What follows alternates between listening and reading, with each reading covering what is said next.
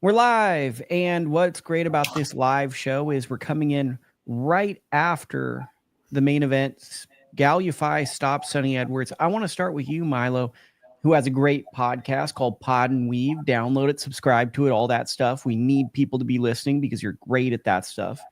What did you see in this fight? Yeah, first of all, thank you, Lukey, for the praise. I'm pretty shocked. I mean, no matter who would have come out on top there, I thought, the bookies had it more or less right, kind of a 50-50. Like Sonny making things difficult for Galal, who was inevitably going to come forward and be kind of like the marauder. But, Sonny didn't have really a moment of success in the whole fight. He won the first round pretty conclusively. The live odds swung to like 2-1. Galal is the favorite, and I thought that seems a bit of an overreaction. But then things just didn't change at all through the duration of the fight. So, I did not see that coming one iota. Okay, so now I'm going to get into my thing. Just going to mute your mic just because I heard a little feedback. I know people are going to get mad at that. First observation reminded me of Oliver McCall a little bit. And what I mean by that is it felt like Sonny Edwards got it seemed like he didn't want to be there. And he literally said that in the corner in the second round. And it was hard to differentiate his body language and not being excited in the ring at all with something weird going on with him. So I want to throw it back to you being a real host, but did you feel like this was Galal Yafai putting it on him, which I think he started really quickly and that had some impact. But I also feel like there's a part of how Sonny Edwards was in there. I'm not sure mentally he ever comes back from this fight because I got a feeling that maybe Sonny Edwards feels fine with what he's accomplished in boxing. And he just isn't that same guy that's been in those fights that we remember. Yeah. So the first thing that caught my attention was earlier in the card when they were doing the interviews backstage for each of the main event fighters. And Sonny made a point of saying he's really invested in managing fighters. He's got this entity in which he manages fighters at this point. And I thought that was kind of a peculiar thing to say entering a fight of this magnitude. Sorry, remind me, Lukey, the question once again. Well, you know how professional we are. We just wing it. But I guess what I'm saying as a mosquito's flying by is, to me, he looked really checked out. And I'm not sure if where he was at in the first part of this. But at some point, it looked as though he was content to just sit on the ropes and roll with shots with a power puncher, which seemed like the worst option. And I never saw an urgency from him or even a deep desire to win once adversity hit. And that was very jarring to me. So I guess my question to you was, do you think this is who Sonny Edwards is going to be? Is this one moment? Because for me, maybe it's because I just showed my girlfriend for the first time ever the Oliver McCall fight where he obviously had a breakdown in the ring, and now because he had fought last week. And I'm like, this is why this is kind of sad to me, is there's this moment in boxing history where he had this moment. And though that didn't quite happen in this at all, the fact that he basically told his corner he didn't want to fight, and they're like, whatever. And then he just proceeded to not really show much other than sit on the ropes and throw some exchanges back. But I didn't see that same guy who had his legs under him and all that. I have deep concerns about where he is mentally from this fight. Yeah, I caught his post-fight interview in which he kind of just confirmed that win or lose, he was going to retire today. He says controversial stuff, but I think he's got a good head on his shoulders. I believe that he's going to continue to do well by the fighters that he manages. But yeah, the question to me is whether it's just how premeditated tonight was, whether it was he knew that things were going to go south pretty quickly, or whether his head was in a good place and then Galal just got off to such a scorching start that it became kind of impossible for Sonny to get back in the fight. I think kind of a lingering question from this fight is going to be, how much credit do we give Galal Yafai? Is this kind of an about face and his kind of coming of age moment after the Olympics? where he really announces himself as a pro? Or is this just he kind of caught Sonny at the perfect moment? Well, I think also like the jarring nature of the win, right? Everyone expected this to be like, okay, strategic battle, back and forth fight, this and that.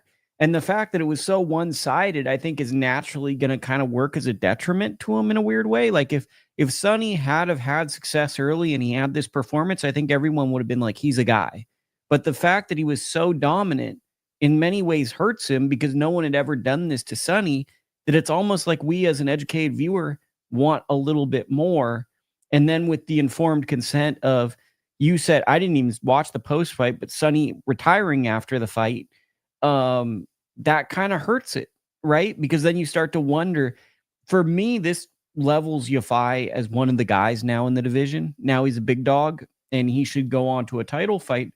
But I don't think you can accurately assess this fight right now in the moment and understand the context of the win, because we could look and maybe it changes in a year. It's a good win or it's a bad win. Yeah, I'll say this in favor of Galal Yafai and in favor of him getting his full flowers for this win. You know, he's looked kind of underwhelming, and I hadn't really rated him as an elite fighter entering this, but he might just wind up being the sort of guy who needs the correct dance partner to kind of show out. Like, he had these outings. The one that comes to mind was Rocco Santomoro. That fight, I remember watching that and really thinking like, yeah, maybe the Olympic pedigree doesn't really translate into success as a pro. But it's entirely possible he just overlooked Santomoro and thought it was going to be an easier night's work than it actually was. Whereas, you know, he would have been 110% and fired up for the Sonny Edwards fight, even if Edwards had a mind on retiring. So I'll be optimistic and be kind of glass half full and view it through that lens. I think it's possible that Galal is just a guy who fights to his level of competition, and maybe he just continues stringing together really impressive wins as the competition improves. Devil's advocate, was Sonny Edwards in hindsight the perfect match for him? A guy that's not known for being a puncher, fighting a puncher, and is he still got questions to answer against guys who can punch back? Yeah, certainly. Well, I think Sonny in 2024 was perfect for him. Sonny's had a long and kind of haggard road. Fights like the Marcel Braithwaite fight where he gets dropped. It hasn't really been an easy path, even though he's kind of known as a mover who doesn't incur a ton of damage. I think also the Bam Rodriguez win continues to age like a fine wine. Not that Bam really needs it, but inevitably you're going to look at this fight as a clear line of like demarcation from before and after Bam, and just how broken Sonny was for this fight. Thank you, Jesus Sam, jumping in the chat. Yeah, to me, it was just shocking because this is an obvious. And then the weird thing is, I want to say there's 3 years, maybe 2 years age difference between the two. And Yafai's the older fighter, yet he's the one having the coming out party. And it's always weird when the younger fighter's retiring, but the older fighter is the one with the less fights, who's now going on to the more interesting fights. It's always a mind melter when that happens. Yeah, I think we saw earlier on the card that age can be really deceptive in boxing with Lewis Ritson, who someone in a group chat pointed out to me is 31, and I like fell out of my chair because that's the hardest 31 I've probably ever seen in a boxing ring. So yeah, I think you know, it's all about mileage, and Sonny has just accrued far too much of it to really be competitive. So makes sense that he would retire.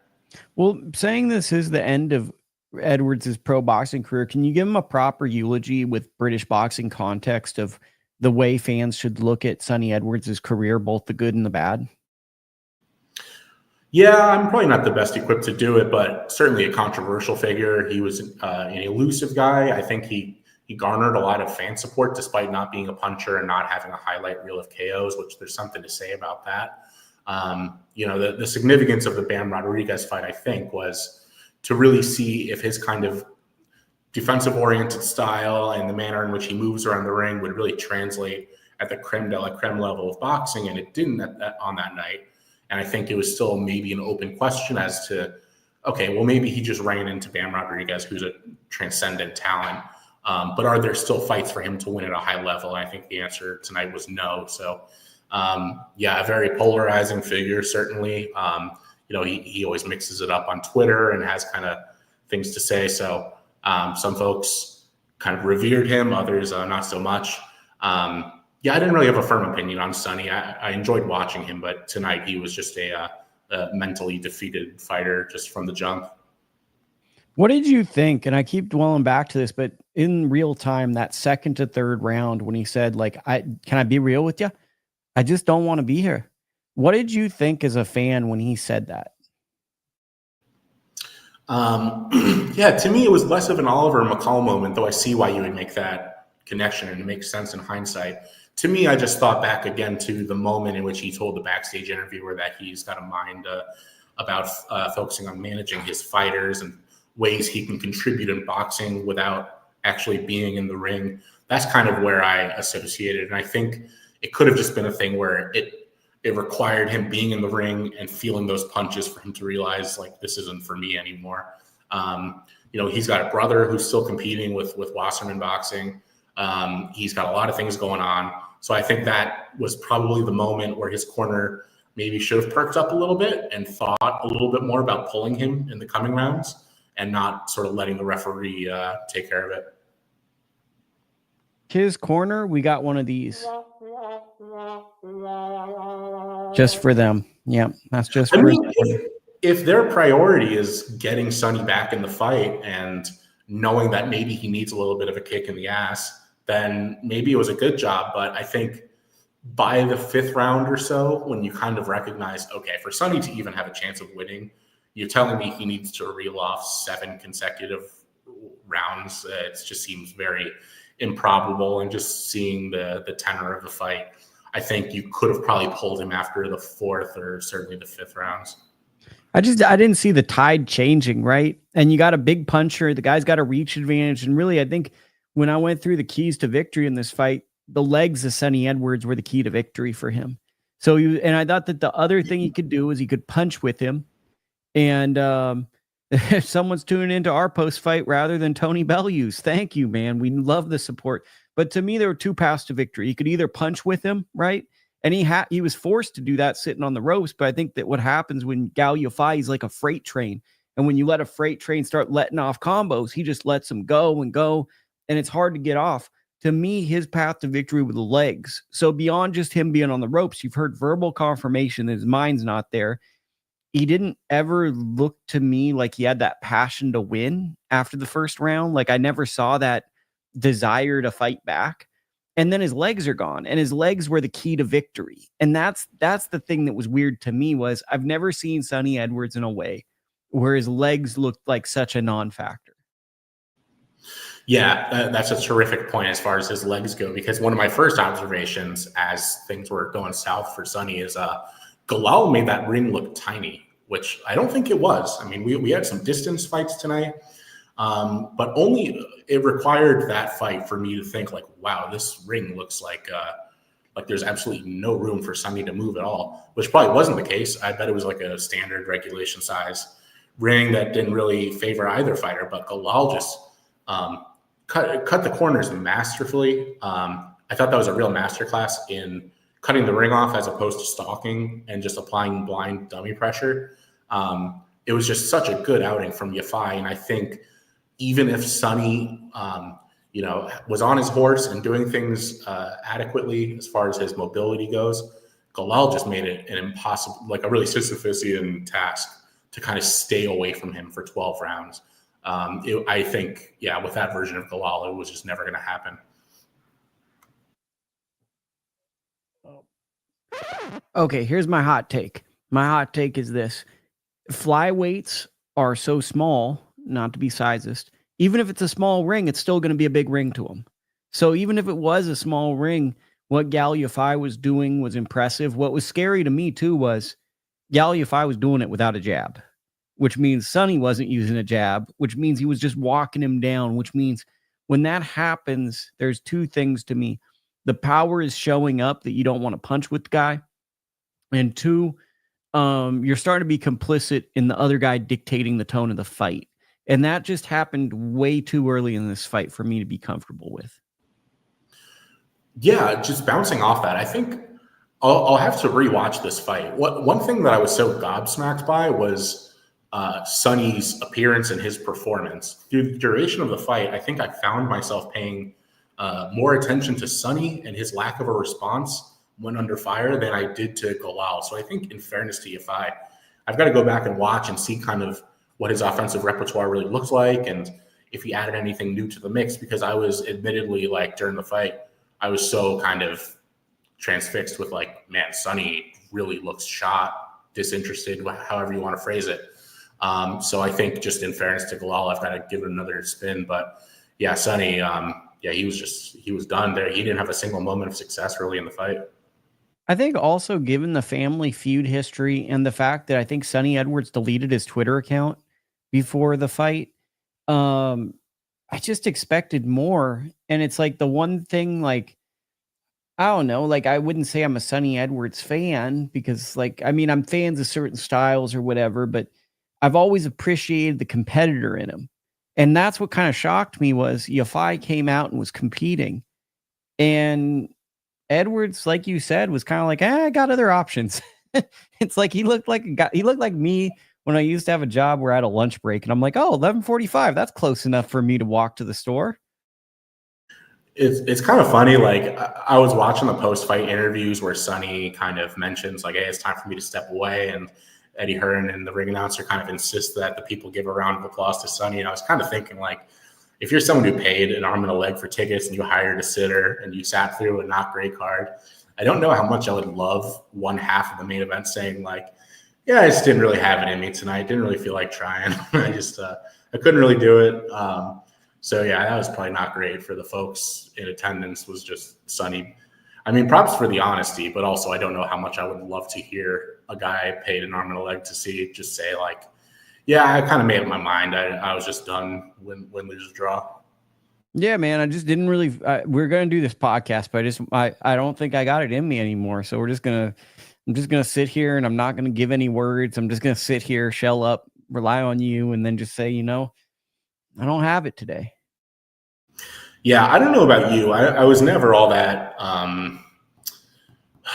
I don't know, the family bloodline thing. I watched some of the promos on DAZN just because I watched, like, all the fights today, and I watched them as they came on. It never really gripped me. It didn't really seem like the sort of thing where, I didn't believe that Sonny in the ring would be coursing with hatred for Galal Yafai because of, like, familial heritage. Like, it just seemed it was a very good fight on paper. Ostensibly, it was a 50-50. And I just think some of these fights, you don't really need a kind of gimmick to kind of further sell it.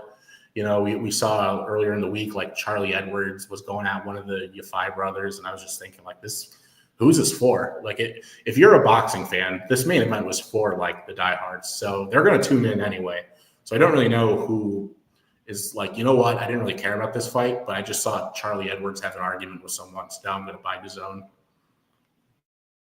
So to me, and I'm Mr. Storytelling guy, I don't love the family feud element, but I think there was an interesting story there. I think they focused too much on, like, a grudge, whereas it's like these are two great fighting families, and which one has the better fighter at this point in time? Because I think that the more interesting way for me to frame it, and I just watched a great documentary on HBO last night called Yacht Rock, and they framed it really interesting where I didn't even know anything about Yacht Rock.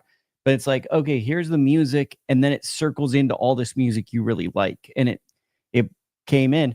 I think the way that I would have made this pre-fight would be, okay, there's been Yafai and Edwards before this fight. There'll probably be Yafai and Edwards after this fight. At this time, where do they stack up? Because these are two of the most relevant families in the flyweight or lower weight divisions in these eras. And what about their journeys have been parallel? Have there been any friction? I think to do a timeline of the fighting families and how they both kind of came along in at similar times, to me, that's more fascinating. Yeah, and I can see that certainly, but it also, though, just seems like you're catering towards sort of a niche audience. I can't see the masses watching some sort of, like, YouTube documentary or something that Matchroom or DAZN might produce. Yeah, to me, it just seemed like one of those fights where I would have more so built it as, like, if this is going to be an excellent fight. the boxing diehard fan that you know in your family or whatever who is hyping this fight up, you should believe them, and for that reason, tune into this fight.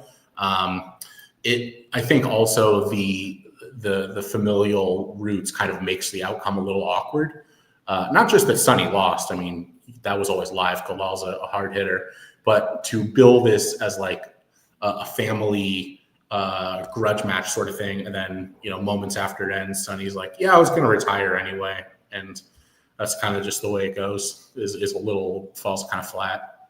And you gave me a great idea for a boxing promo. Imagine if they had gotten a couple of boxing fans from X and just had them be like, "Dude, you got to see this fight. This is why." And like you build it more towards like, this is what the hardcore fight fan wants to see rather than that. I think the one issue is a lot of times people like myself, writers, write these promos and they don't think about maybe the path of the most obvious, which is it's a great fight.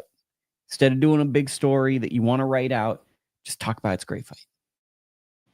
Yeah, and I think that would have been at least kind of excusable because, certain things happen. You could have people get caught in the first round, and then that kind of ruins the nature of a fight. But to market it as kind of a family grudge match, and then it turns out one of the guys was kind of checked out from the opening bell, makes you kind of scratch your head a little bit, I suppose. Okay, undercard. What should people know? Where do we start?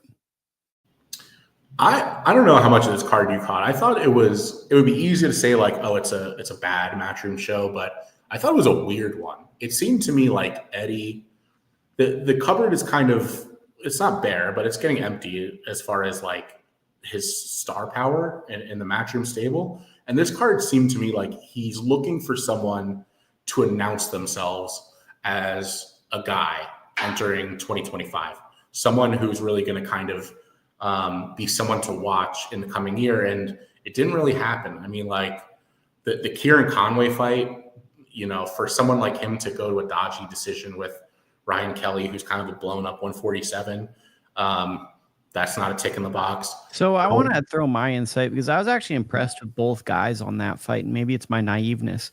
I didn't think much of Kelly, and I thought he really fought his ass off. And I think Kieron Conway is a guy who could beat a prospect. He's probably not going to be a top guy.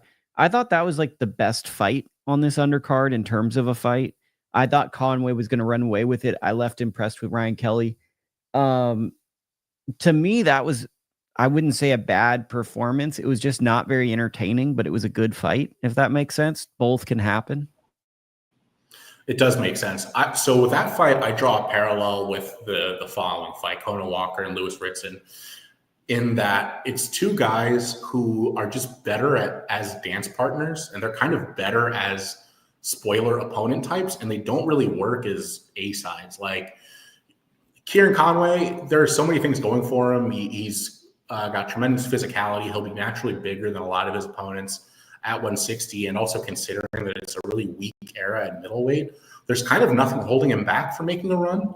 But it just doesn't. He's fallen short of the top level, and then when he gets an opponent like this, who I think the expectation was a wide decision or late stoppage, to go to a split. And I echo your sentiments. Like Kelly turned in a really solid effort, but that's not what Eddie Hearn was looking for from this. He was looking for Conway to kind of reinvigorate his career, and that didn't happen. And similar with Conah Walker, Lewis Ritson looked so old, so he shot. Looked washed up like this. Yeah. And I think his pants didn't help. Like he had the ugliest trunks on.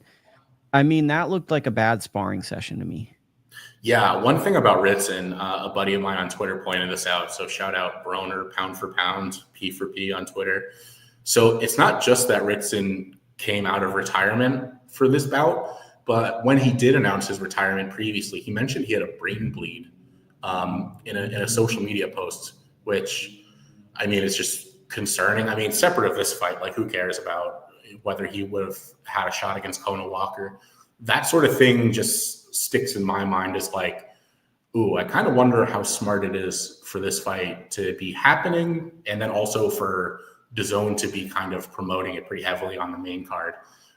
It kind of gave me the ick a little bit. So yeah, he looked like a bit of a punching bag, and Conah Walker, for him to not only not get him out of there, but then Conah was kind of buzzed and rocked in the last round.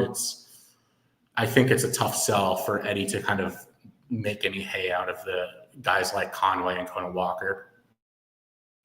Yeah. I mean, to me, Conway left okay. Conah Walker looked just like an opponent.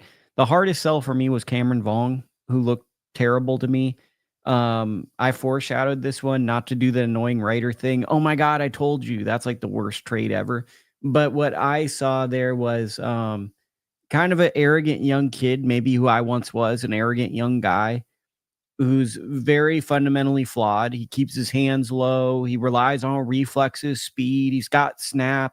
He probably beats a lot of guys up in the gym and thinks he's at 22 a superstar. The problem is he got walked down and he might have beaten Gavin Gwynne. The judges gave it to him. But really at this point, to jump into a 10-round fight with Gavin Gwynne, he went life or death with a veteran that is not in the title picture. And I can only imagine he was jumping into this type of fight to get into big money fights, exciting fights. And he just looks like a vulnerable guy that's not going to be able to handle a pressure fighter with power. Yeah, that was immensely disappointing. I'm sure, like a lot of folks, I think robbery is kind of thrown around a bit too often. But that, to me, qualified. I thought Gwynne hoovered up easily like 6 or 7 rounds of that fight. And, I think it'll be kind of reframed in hindsight as like, well, just because you're plodding forward, that doesn't mean you're winning rounds. But I saw a guy in Gwynne who was actively beating up Vuong. I mean, it wasn't just dummy pressure trudging forward. He was getting some really intelligent work off to the body, which was freezing Vuong at times, causing him to shell up and look a little bit clueless on the ropes. And so the fight goes the way it does. Was really let down by the scorecards. And then Eddie Hearn doing his thing and being diplomatic says that Gwynne was unlucky to lose and that they're going to do a rematch, and he gave the guarantee. But I'm just thinking, like, well, if you're going to do a rematch anyway, like, what's the point of, these judges jumping through hoops just to gift Vuong a win? In my mind, the fight kind of played out a little similarly to when Jose San Martin was jobbed against Shabazz Massoud, where San Martin was the pressure fighter, and then the house fighter in Massoud got kind of dodgy scorecards. But the difference there is that Shabazz Massoud, as we found out a couple weekends ago, is actually like a really good fighter who had a solid amateur pedigree. And with Vuong, you're looking at 2 consecutive fights now where he goes the distance and has a kind of difficult time, first with Jeff Afori and now Gavin Gwynne. So to me, I think you're looking at a really hard road forward. You mentioned his age, that he's something like 22. He gets hit a lot for that age. I have a hard time seeing him move much further than this level if he does get past Gwynne in a rematch.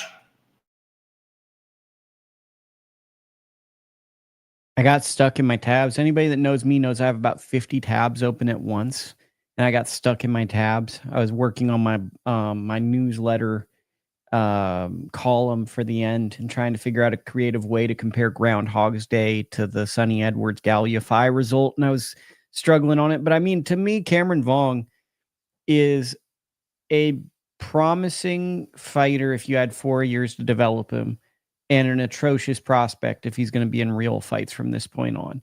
Because like you said, he gets hit a lot. Why does he get hit a lot? Because he keeps his hands low, because he has a belief that his reflexes and his hand speed are so much better than everyone else that he's going to catch him and he's going to beat him up, because he probably beat him up in the gym, and that's what he does. Really, for this whole year, I've just seen a guy that's very limited, very hard-headed, a guy that doesn't seem to be coachable and arrogant, and he gets into the same type of fight over and over again. In his last fight, he had this type of fight. In this fight, it's the same type of fight. It's just a matter of time, and the thing is, he's so fundamentally messed up. How do you fix someone if year after year they're continuously... This is a guy that can't put two shots together. That's the most of his combinations, because his feet are all messed up. His hands aren't in the right place.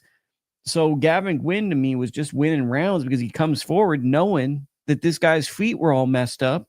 If he puts pressure on him, the guy... And also another thing I saw was, tell me if you saw this, he's standing too tall. And so Vuong's standing tall. So let me explain something. Maybe you know this, maybe you don't, maybe the listeners don't. I'm going to go on Lukey rant.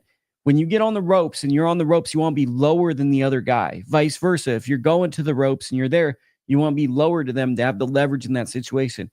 Every time they were on the ropes, I felt like Vuong was way too tall in those situations, and he didn't have an answer other than just a single shot, and that's what led to Gwynne's success. Yeah, spot on there. A really good observation. Well, especially too, because Gwynne had such a noteworthy height advantage that you would think you would want to do everything in your power to kind of nullify it. I don't recall a ton of tying up or doing things to mitigate and reduce that kind of reach disparity.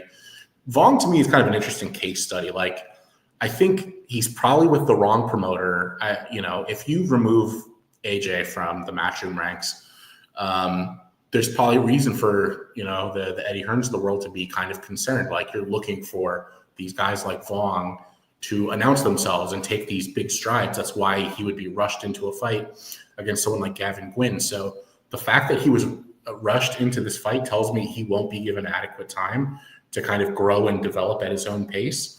And then I think entering 2025 and beyond, you're looking at an interesting story, which is the reduction in shows in the UK.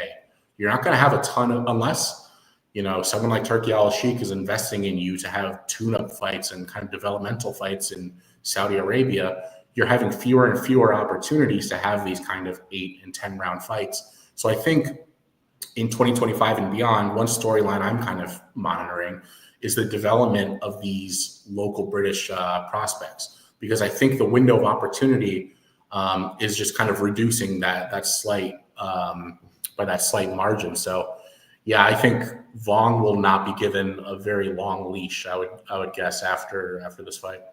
Well, I mean, to me, he barely won this fight. I mean, I could see how if you give him every benefit, you give him 6 rounds. And Gavin, if you're playing Stockton rules, Nick Diaz, like faces are this judge. I mean, Gavin was musted up, but I mean, this was about as bad I've seen a prospect look.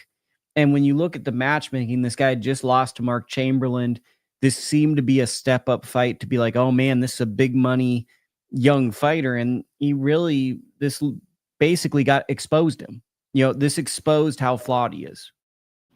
Yeah, this fight, much to Matchroom's chagrin, this fight put more money in Gavin Gwynne's pocket than it did Cameron Vuong's. I mean, if ever someone kind of is born again and has new life in the sport and is positioned well to kind of negotiate a decent payday as an opponent, I think it's Gavin Gwynne. I don't think Cameron Vuong gained anything except a highly disputed win from tonight. So, it was tonight. I think Matchroom took a few calculated rolls of the dice. Some paid off, but mostly it was a bit of a swing and a miss. Aside from Galal Yafai, who I think is now in pole position as kind of one of Matchroom's prime assets. So let me give you a couple names. Aaron Bowden, I think that was his name. He got dropped in the second round. Is that the right? Yeah, certainly. That was a hell of a fight. Really fun 6-rounder. Got dropped. Went on to stop James Todd, who they didn't really tell much of his backstory on the broadcast, but it makes me want to go and look up what exactly this guy's deal is. He's 4-2 at 36 years old.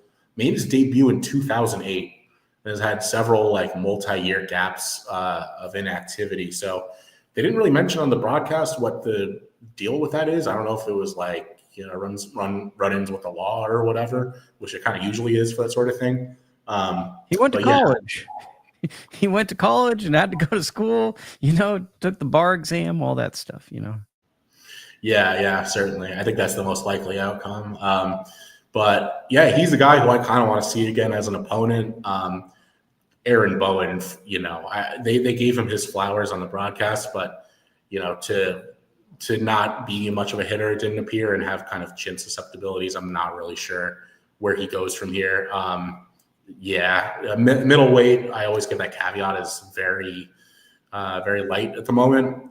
It's not really talent rich, so maybe he can make a run and put some wins together. But yeah, I think that was mostly just a fun win, and I'm not really sure if we see either guy in a Matchroom broadcast anytime soon.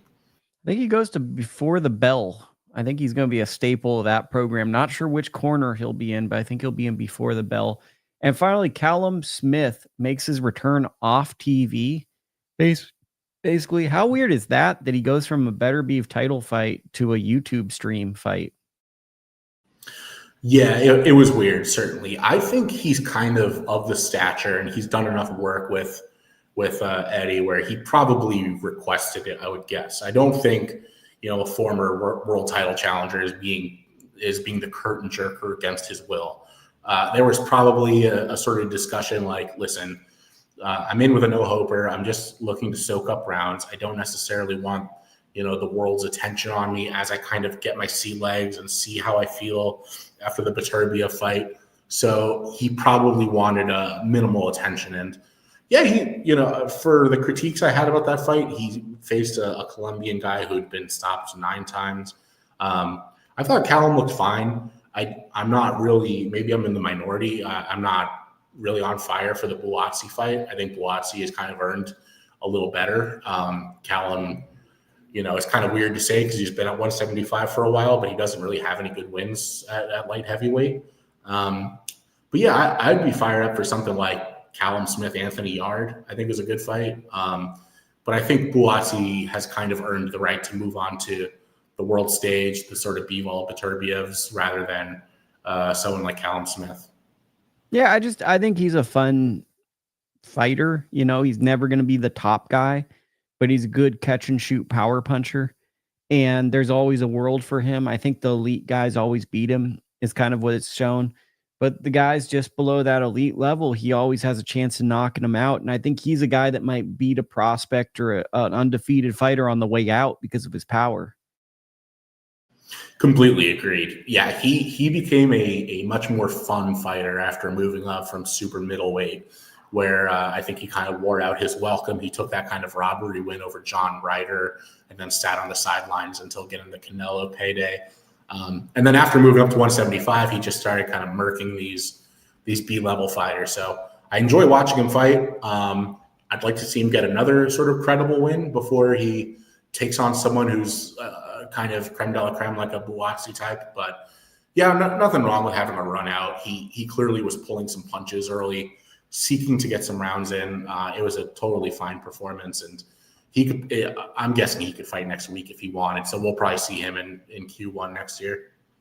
Okay, finally, what do you think of Curmel Moton's escapades? 15 pounds over, puts out a thing, said he was having issues with the commission. They were going to make him make weight anyway.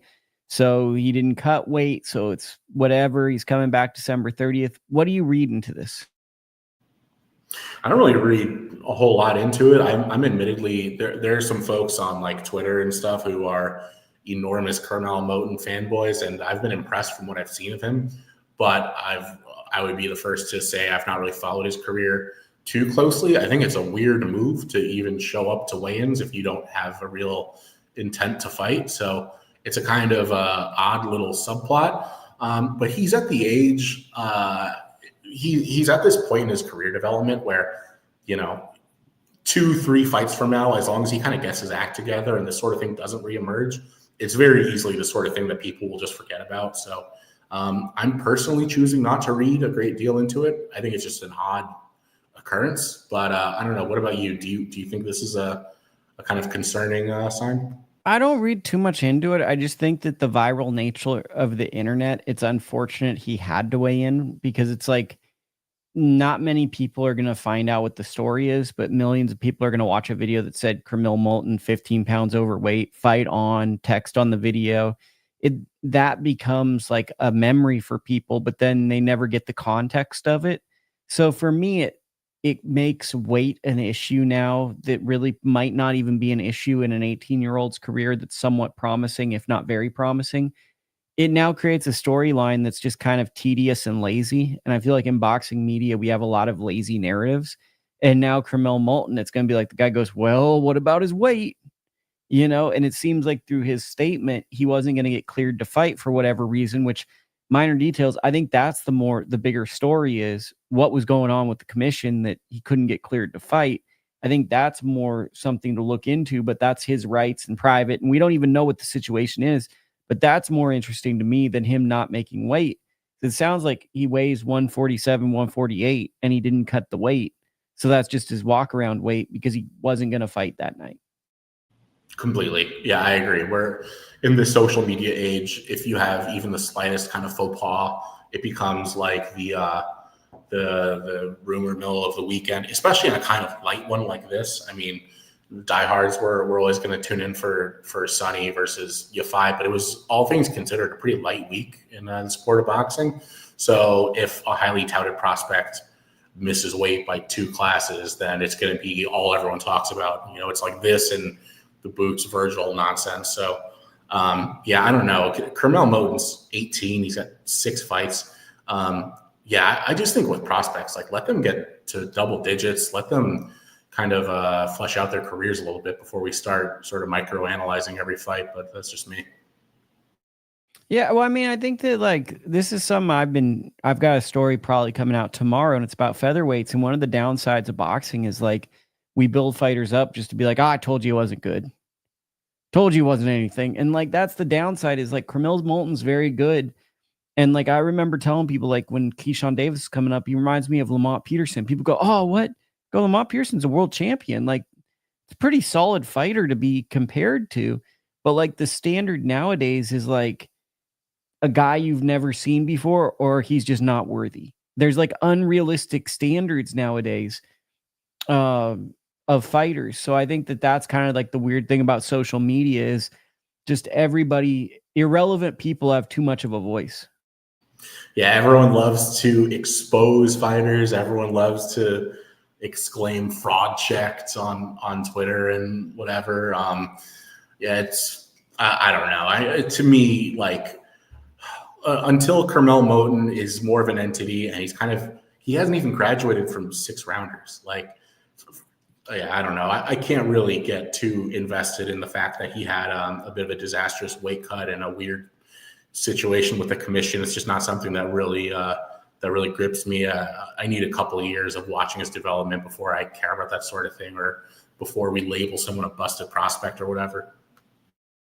Yeah. Any fights coming up this week that you're excited about? We're gonna do another preview show. I'm gonna do it with my dude Dakota to more than likely tomorrow. But if there's any fights you're excited about, any teasers, feel free at this moment. We can talk real quickly about those. Just to give the fight fans something. Yeah, well, this coming weekend's loaded. I'll give a cheap plug to my podcast, Pod and Weave. I'm going to be breaking down this coming weekend because there's 3 major cards, really solid stuff. Just off the dome, because it's a fight that probably not a lot of people are going to talk about.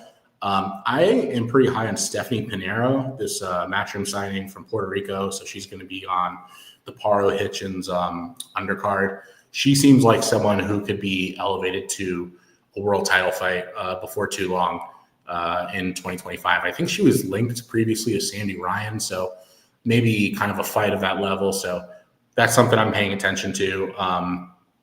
Also, I guess I'll just go kind of basic and say Brad Pauls versus Denzel Bentley should be a banger. Really fond of that fight. I think it's a solid Break card. that one down, because not a lot of people in the Lukey universe are going to know why that fight's a banger. So break it down for us. Yeah, so Brad Pauls had a pair of really kind of captivating fights with Nathan Heaney, who's a ticket seller and kind of a kind of big personality guy in the UK. And he had a couple of like can't miss fights. So his stock is kind of on an upswing. Denzel Bentley, if you're in the US, you probably know him as the guy who went the distance with Janabek a couple of years ago, but he's a really solid fighter. He's the sort of guy who's got kind of tools out the wazoo, and you might watch him on any given night and think like, wow, who could beat this guy? But then he has certain performances where against like the Nathan Heaneys of the world and also Linus Udofia, where he kind of fights down to his level of competition. So it's the sort of fight that's really intriguing, because I think pedigree and tools will tell you this should be Bentley all day. But Brad Pauls is a guy who fights kind of beyond his level and kind of where he should be in the sport. He's just got unreal grit and determination. So that should be a really captivating fight. And that's kind of why I'm really looking forward to that one. Okay. I mean, the Stephanie Pinheiro fight, by the way, real fight. She's in with a veteran who's fought Shadeja Green. Edith Matisse, who I believe is Lucas Matisse's sister or relative. A lot of real tough cookies. Marie Eve de Carrie. So also like maybe upset watch too, because she's in with someone with a lot of veteran experience. Yeah, well, that's kind of when I got on the Pinero bandwagon, is because I thought her last fight was more or less the same. She was in with a Mexican fighter who had sprung a couple of upsets, and she was the away fighter in Canada in a couple of fights that she was supposed to lose, but she won. So I thought I had kind of upset vibes for that one, and Pinero just bossed it and won pretty much every round that I can recall. So she's just on my radar. I think she's also in her 30s, so she's at an age where the time is now. So I'm looking forward to seeing how she gets on next weekend.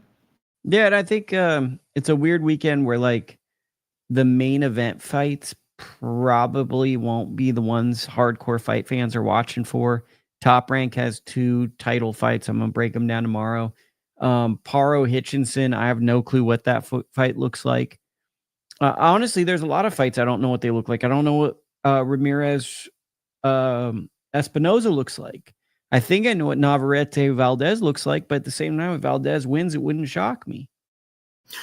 Yeah, Paro Hitchins is a real good fight. One guy is at the apex of his value, and the other guy, public perception couldn't be lower for Hitchins. But yeah, I think that's a sneaky fight. I think Paro really will have his hands full. That's a really good one. I think one fight that kind of stands out to me is Lindolfo Delgado against Jackson Marinez. Marinez kind of a stop and start career, but he's really showed up for some fights, arguably beat Rolly. So especially on the heels of that fight for Delgado that, he got cracked a decent bit and it was a disputed win. That one could be a kind of underrated upset watch fight for me. Well, and it also feels like Delgado is winning 50-50 fights, but he's winning them 6-4. And he's not winning them in a way to advance up the cards. I'm looking at just basic boxing odds because you're the boxing odds guy. Robeisy Ramirez right now is the favorite against Espinoza going in. Henry LeBron, big favorite over Pitufo Diaz. Navarrete, decent favorite, -250. Liam Paro, a slight favorite, -20. We'll call it -20. 120. Jackson Marinez +500 sitting right there. That is a big line. And I think to me, what another factor that you might not have brought up, trained with Robert Garcia in the past. Lindolfo trains with Robert Garcia. That could work both ways. He could know what Lindolfo's doing, or they could know a little bit about him. To me, like, he gave Frank Martin and Rolly a lot of trouble. Comey, he breezed through him. Lindolfo, the thing that frustrates me about him is the punch volume. He doesn't throw enough. So I think that's going to be a fight that tells us a lot about Lindolfo because he's kind of just stuck in this point where he's not advancing up these cards. Yeah, and I think that probably frustrates the powers that be at Top Rank, if I had to guess. I feel like they've given him these platform fights. Like I think he was the co-main for at least one of his recent fights. And he just I guess the guy that beat Shenard Bunch, I think Brian Flores, he fought, and it was a banger, and I thought Flores might have edged it.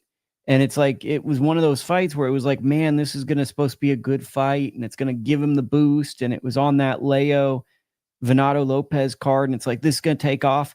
And he wins a 6-4 fight. And it's like, you can't really elevate someone off a 6-4 fight that's not, Yeah, completely. I feel like they were probably frustrated watching that. And, he's rapidly getting to that point. If he doesn't show out against Jackson Marinez, where you kind of join the Who Needs Him club, just kind of fighters like Abraham Nova, where it's like, man, you really need, like, I know that you've got this pedigree and you're a very good fighter and you've done things in the sport, but we kind of, it's a what have you done for me lately business. So unless you start racking up some wins and showing your class that we know you have, then it's kind of tough to justify giving you these TV slots. You're very muted. much so. Would you like to plug your podcast? And I appreciate you coming on because Dakota struggles through these British boxing breakdowns. So I'm glad to have you on. And honestly, the result of this fight was kind of shocking. So I'm glad I could talk with somebody about it. Yeah, same here. I'm still pretty floored by that fight. I'm definitely going to rewatch it. But yeah, thanks, Lukey. Pod and Weave. Just search Pod and Weave on Google. I would hope it comes up. SoundCloud, Spotify, Apple Podcasts. Predominantly a boxing betting show, but I like to think that we kind of have a little something for everyone. It's just sort of a breakdown, myself and a guest or two, run through the weekend. And this one is a loaded slate, 3 major cards. So yeah, we're going to go at it. And yeah, thanks again for having me on. Link in bio when I'm not lazy. So it probably won't be up seamlessly, but it'll be up there in a day or two. So link in bio too. Okay, that's the show. Okay, boom.